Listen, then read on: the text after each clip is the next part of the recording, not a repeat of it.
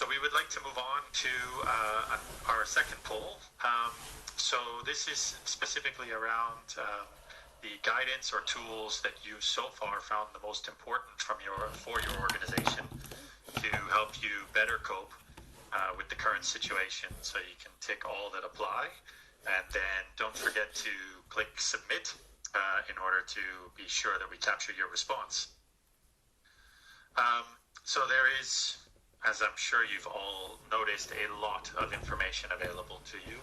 It's in a variety of different locations, formats, and levels of detail. Just when it comes to the iata.org/cargo page, we continually update all of that information. So some of the guidance documents that have been referred to here have been updated numerous times, 1, 2, 3, 4 times. Gordon mentioned the bulletins.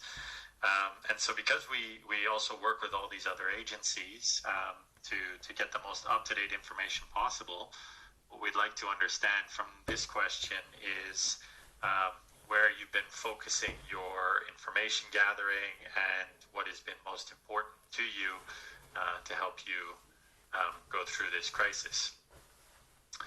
So we've got a couple more seconds. Don't forget to click submit. Okay, so now the poll has closed, and if we can just see the results.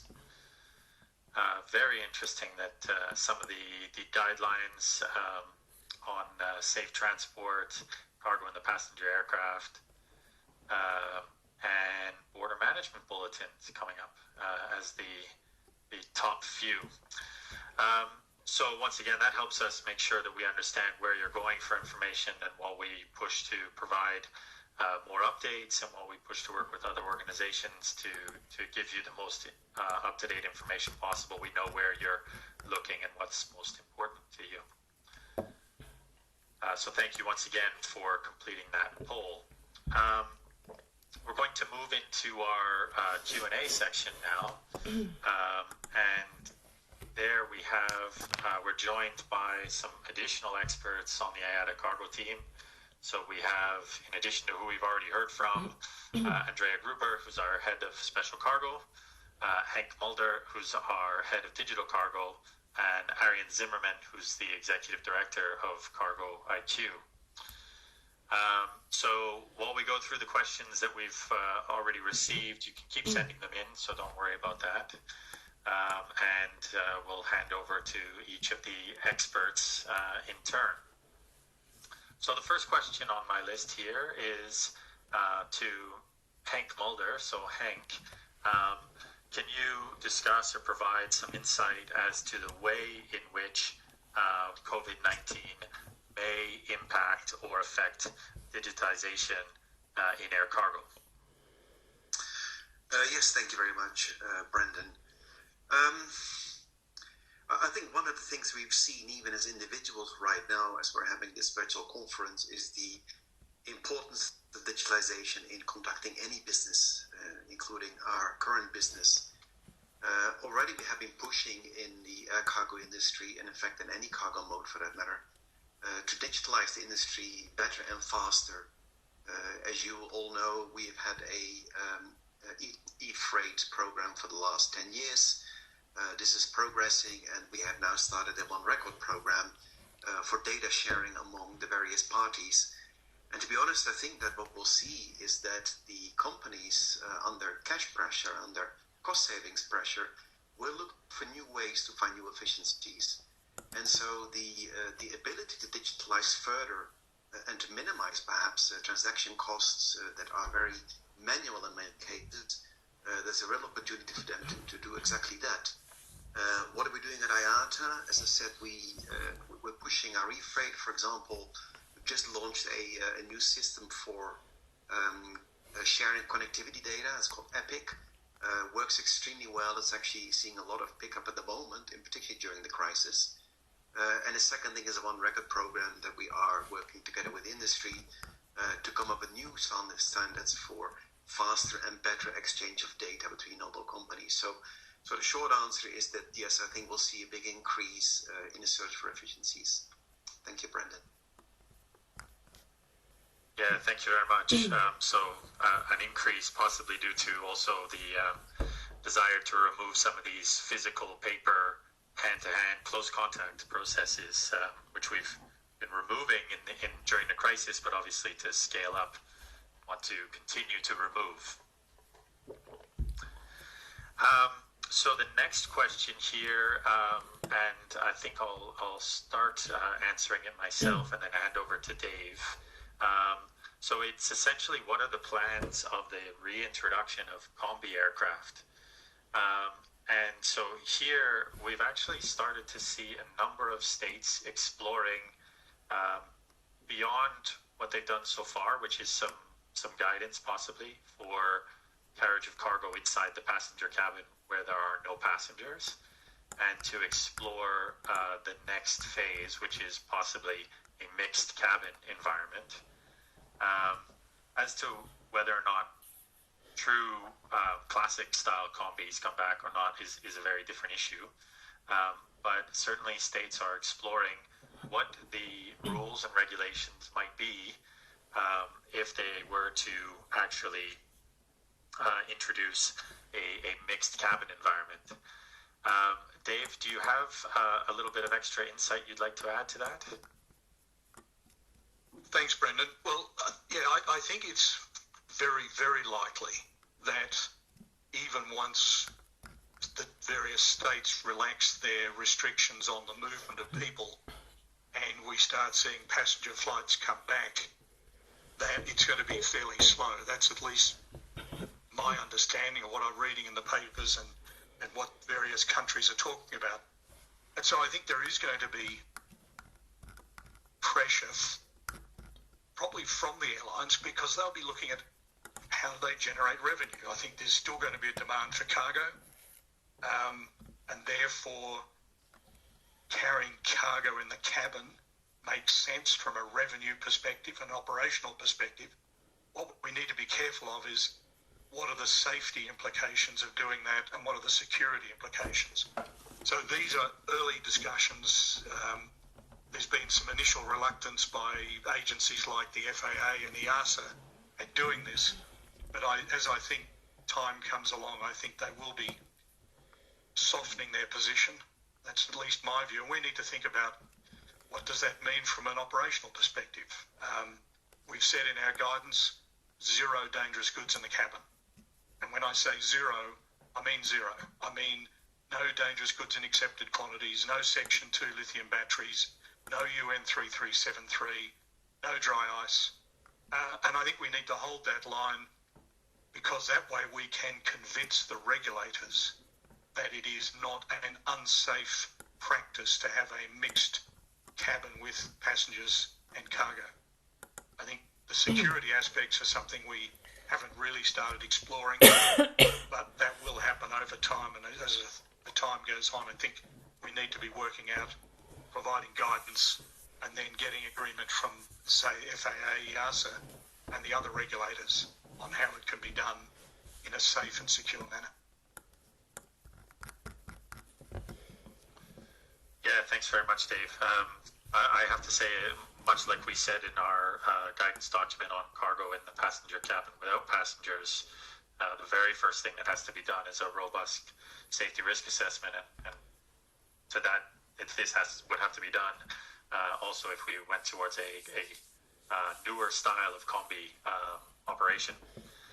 So my next question is actually for Andrea. Andrea, could you discuss either what we expect or see at the moment regarding the carriage of pharmaceutical, particularly with some of the current operational challenges that we have?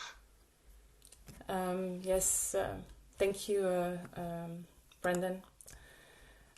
Indeed, I mean, as it was mentioned by my colleagues, we're really facing unprecedented challenges.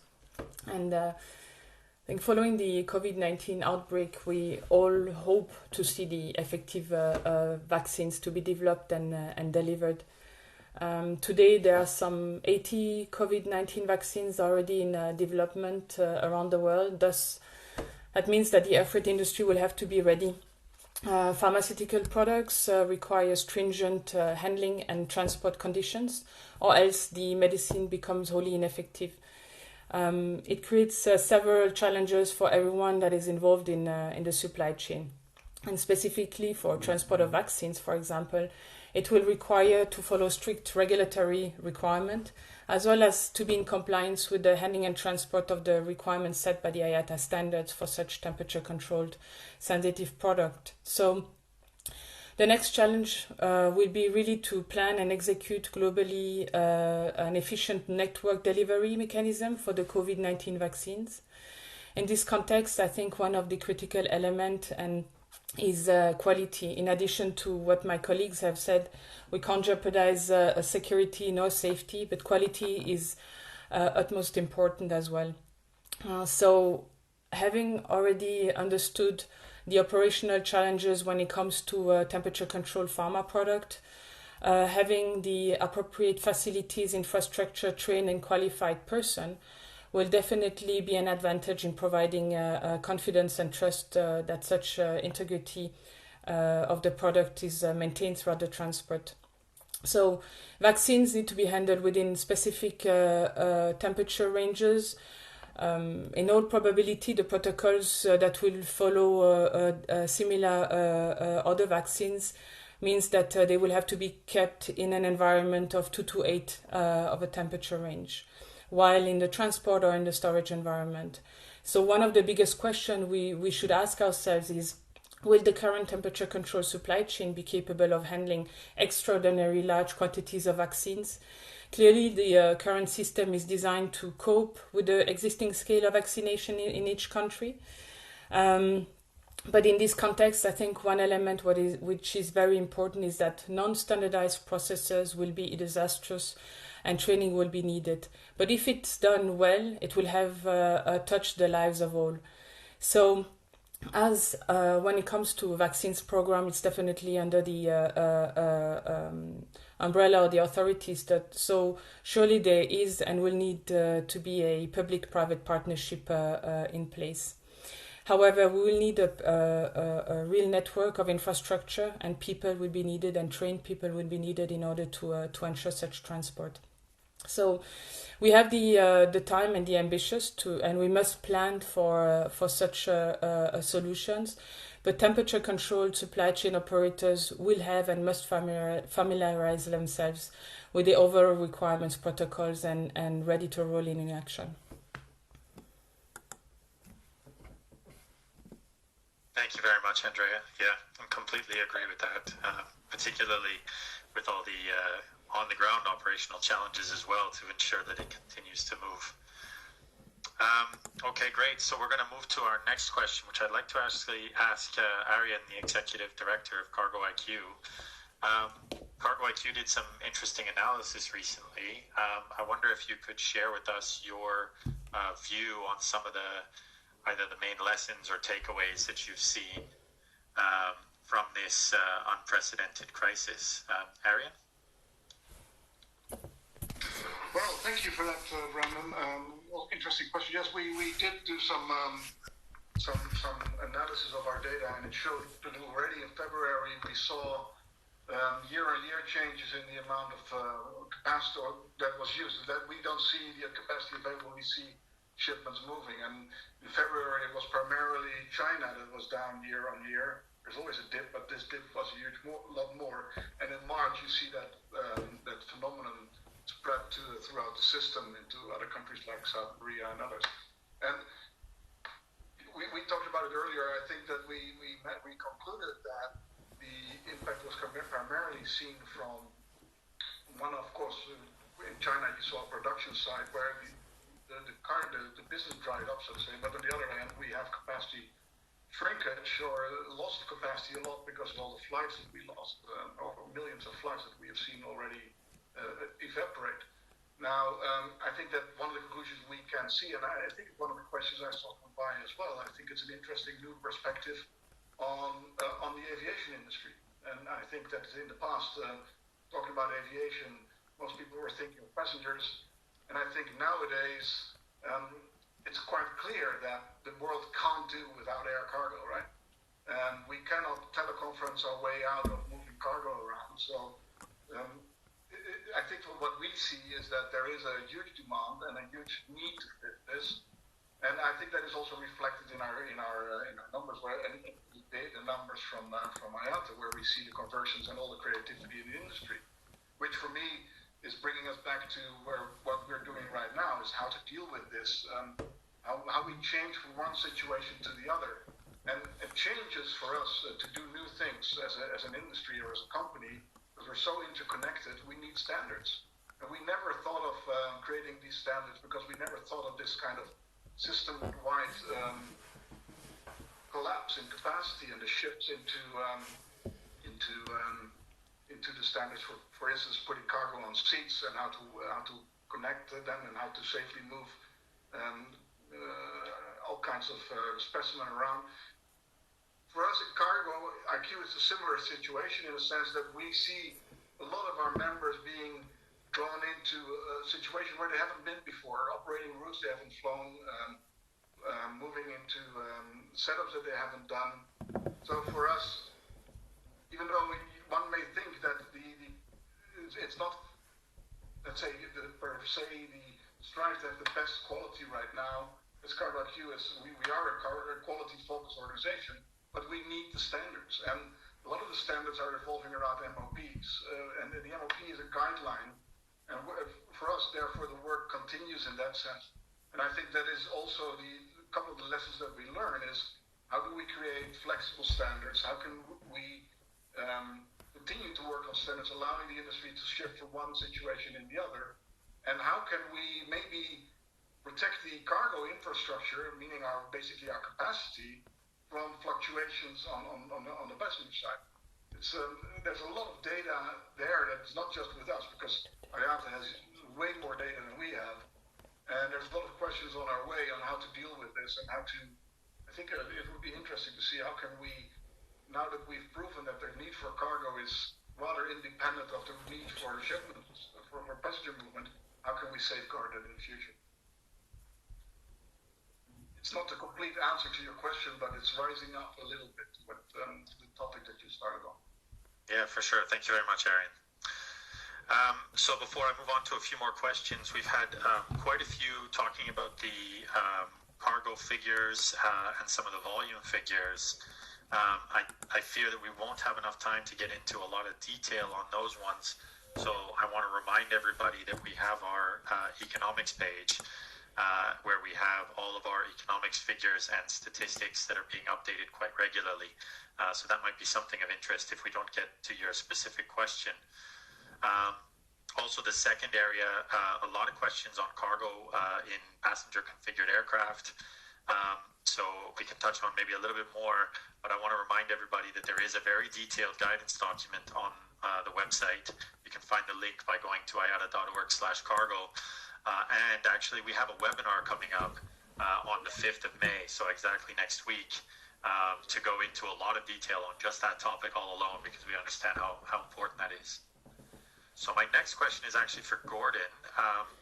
Gordon, so can you describe some perhaps common blockers that you see in expediting either the export or the processing of imports related to these COVID-19 related goods? Yes, I saw the question, Brendan, and it's good to see our good friend Steve Hill is still active out there. In terms of blockers, I guess the most immediate one was that as soon as COVID-19 kicked in around the world, borders just shut. Straight off, they just shut down in many locations around the globe. And that meant that often cargo, in particular perishables, are actually stuck at those locations, and spoilage went up and so on. As countries then started to target their relief efforts and actually prioritise certain goods, that did ease. So that was really a short-term issue at the beginning. One of the most surprising ones that I came across, and I think another participant mentioned it, was something that occurred in India. And the main issue in India for us was around mobility of airport workers, whether they be customs, security personnel, ground handlers, and so on. In India in particular, because the shutdown was so rapid and you could only get to the airport outside of normal business hours with a curfew exemption, it meant that cargo could theoretically still flow through, but there was no one actually there to process it. I'm pleased to say that's actually improved over the last week, according to feedback that we've had. The last issue was around supply chains of the top three, and that is that a lot of the COVID-19 goods were being shipped through supply chains where customs officials, private sector entities were not used to processing and handling them. And that's why we worked with the WCO and some other organisations to get guidance out to them as quickly as possible to overcome those more immediate issues, I would say. Thanks, Brendan. Yeah, thank you for that, Gordon. So we're going to move into, because we're starting to get to the end of our time, and I'm conscious of everybody's valuable time. We'll have time for just a little bit more. We do have a question around training and whether there's been some alternative training methods. So actually our training team has worked quite a lot to continue to allow you to learn from essentially wherever you are. A number of different virtual learning solutions. They've expanded the e-learning portfolio into different areas that hadn't been available before, and they continue to do that, and they'll do that in the coming months as well. So you can follow them on iata.org/training-cargo for the cargo-specific training if you want. A question over to Glyn, maybe taking out a little bit of your crystal ball, leading off from where Arian talked about some of the lessons learned. How do you think the industry will change following this crisis? Do you think this will change the opinion of air cargo? As I'll use quotes directly from the question, the ugly sister of passenger travel, as many airlines are relying on cargo capacity to bring in any revenue, or revenue at all in this case. Over to you, Glenn. Yeah, I think that's a great question. I think if we just go back 10 years and remember what happened when the volcano that I won't attempt to pronounce erupted in Iceland, and how the North Atlantic trade lanes were closed off for a considerable amount of days, as it were then, not as long as we've seen now. But already from a relatively short closure there, the impact of air cargo was felt by it being missing, by its invisibility, as it were. What we've actually got now is we've got the visibility of the value of air cargo, as Arian was touching upon. And as Andrea was saying, that when a vaccine is developed, and we hope relatively soon, just the sheer scale that's going to need to be transported in every corner of the globe, yet again shows the value of air cargo in times of crisis as well as times of expansion, to bring the latest gadgets, etc. I think when this crisis finished, society will be different. I think we as individuals will be different. We will work differently. We will appreciate things differently. And I think certainly from the positive impact that air cargo has had, I'm certain that it'll be indelibly etched in the minds and brains of everybody around the planet of how air cargo has responded to help those frontline staff. And yet again, I think we should actually just sort of collectively applaud for all of those cargo and logistics staff. I mean, you can tell all of the IATA staff are working at home. Meanwhile, there are tens of thousands of colleagues, men and women throughout the industry, who are turning up every day at work. They were flying aircraft into areas of quite considerable pandemics that were already there. Frontline staff has already been mentioned about the difficulties of to and from the airport. So I think the industry will have a higher profile in the hearts. But really, this industry has always been about the good that it does rather than applaud itself. So I think that humble nature will still stay with the industry, and we will just get on and do the job as the great people in this industry have done for the last 100 years. Thank you for those words, Glenn. Really appreciate that. So we're actually just a little bit over time. We started a bit late. We have a lot more questions that we have unfortunately not had enough time to get through to today. We'd probably be here for another few hours. What we're going to do is we're going to collect those and we will respond to them and put those responses onto our website as soon as possible. So thank you very much for putting in all those questions, and we will try and get back to everybody as quickly as we possibly can by answering them.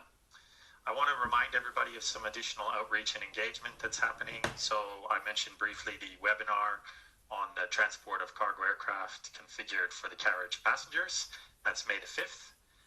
So you can go to iata.org/events and look at our webinar series. We're looking at some additional cargo webinars. I think this has told us that there are many more topics you wish us to cover related to this crisis and the return from it, the scale back up, so to speak, as the industry moves towards new normal. We also have our annual October events where we have the 5 conferences scheduled for October this year in Manchester. Just due to the uncertainty in the industry, we'll confirm those events very shortly. And lastly, World Cargo Symposium coming up in March of 2021 in Istanbul, Turkey. So hope to be able to see everyone, really see everybody in the near future. Before we wrap up, I just want to move to a brief video about the air cargo industry and the vitally important work that you all do, which has been thrust into the spotlight during this crisis.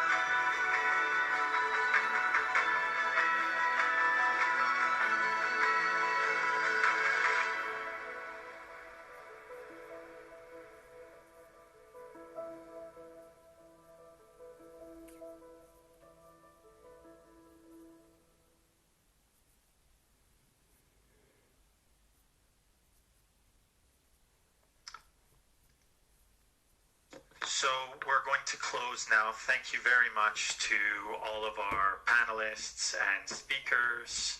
And most importantly, thank you to you all for participating in the polls, for sending in your questions, and for taking the time to be with us.